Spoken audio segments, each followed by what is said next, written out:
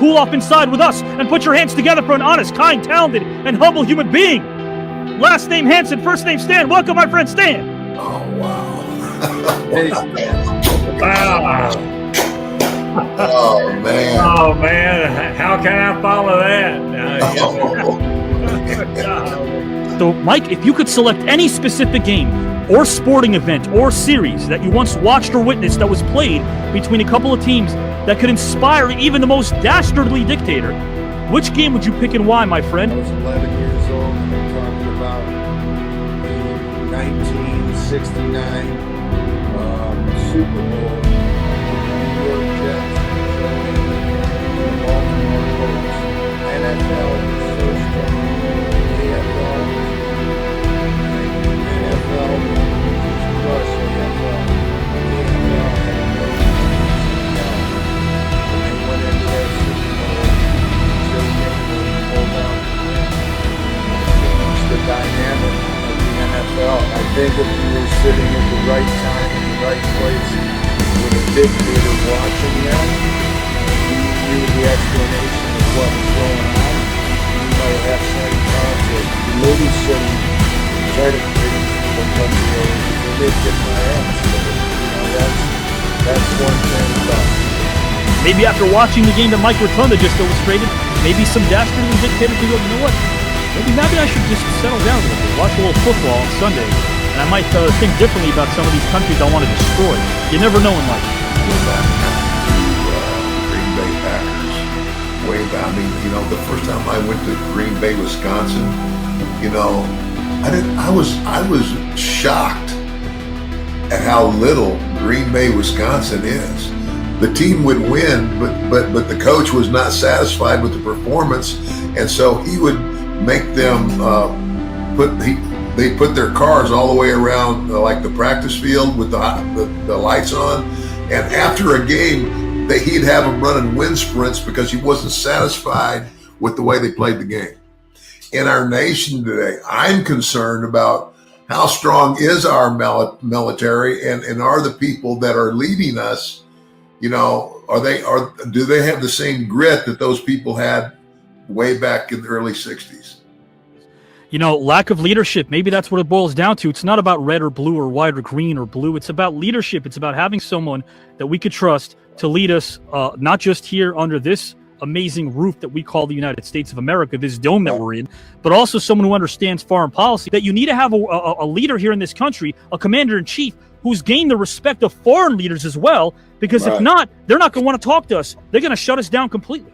Stan, again, not only which viewpoint did you agree with and why, some of your own. Ted talked about some of the games that he would want to watch, that he would want a dastardly dictator to watch to maybe potentially end a war in this scenario. Stan, is there a game that really spoke to you above any else, my friend? I always felt like that the president, whoever it might be, needs to have, the benefit of the doubt that he's trying to do it the best way he can. Situation's different, but overall, do you find it to be more difficult for you to forgive yourself or forgive other people when it comes to blunders, mishaps, or even mistakes?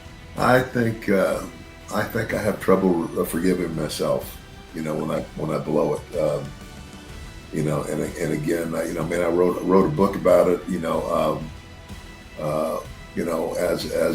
I became a minister. I've never been a pastor of a church or anything, but I go around telling that story about how that I almost blew the greatest thing that ever happened to me, and that was my wife, Melanie. Next town, next show, next girl. That's the thing that I had to conquer. And when I did conquer it, I conquered it for good.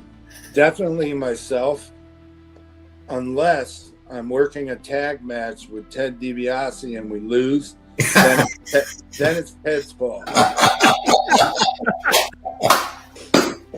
No, definitely myself. I think you learn that at a young age in amateur sports, and especially in wrestling, because you can lose a football game and not take responsibility for missing a block or whatever. But the difference is when you go out in an amateur wrestling match and some guy's rubbing your face in the mat, you can't blame anybody else. Mm-hmm. And that's a good lesson to learn, and, you know, going forward. And so you learn that lesson very early. That I learned that there's nobody to blame but yourself. So you can either get your ass in that wrestling room and get extra practice in, or go into tournaments in the summer to get better. You think a lot of that has to do with maybe our youth relying upon instant gratification, circa the internet, when they hear about going viral and taking these shortcuts towards success. Let's assume that a Johnny Smith next door goes on TikTok and somehow puts out a video and it doesn't have much substance and he gets 5 million hits. He's not prepared for the success that he just got, right? Isn't that actually a hindrance and not a benefit for him in that scenario? Yeah, probably. I mean, it's a total different ball game these days, you know.